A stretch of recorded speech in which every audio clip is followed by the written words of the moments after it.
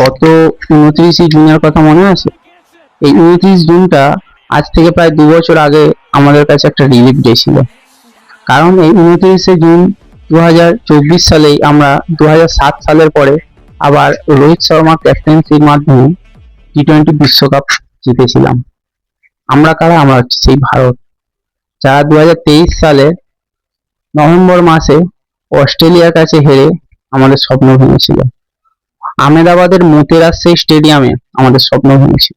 এখন অবশ্য সেই মোতেরা স্টেডিয়াম নেই, তার নামকরণ হয়েছে নরেন্দ্র মোদী স্টেডিয়াম।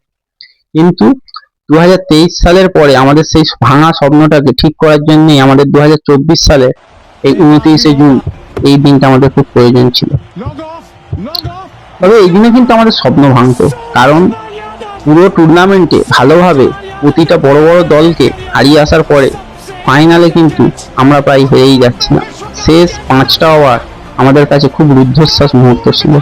শেষ 5টা ওভার আমরা প্রায় শ্বাস নিঃশ্বাস আটকে বসেছিলাম। আর তারপরেই এলো এক অবিশ্বাস্য ওভার, যেটা হলো একদম শেষ ওভারটা, যেখানে 6 বলে 16 রান বাকি ছিল। আর কে বলে গিয়েছিল? আমাদের হার্দিক পান্ডিয়া।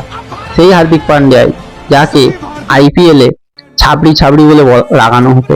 মুম্বাইয়ের মাঠ, তার ঘরের মাঠ, তার ঘরের যে দলে সে খেলতো মুম্বাই ইন্ডিয়ান্স, এই মাঠের দর্শকরাই তাকে ছাবড়ি বলে লাগাতো। কিন্তু সে যে ওই আইপিএলে খারাপ পারফরমেন্স করার পরেও বিশ্বকাপের মাঠে নেমে ভারতকে জিতিয়েছিল। সব অপমানের সে বদলা নিয়েছিল। এইভাবেই হয়তো বোঝানো যায় যে অপমানের বদলা নিতে গেলে বড় কিছু করে দেখানো যায়।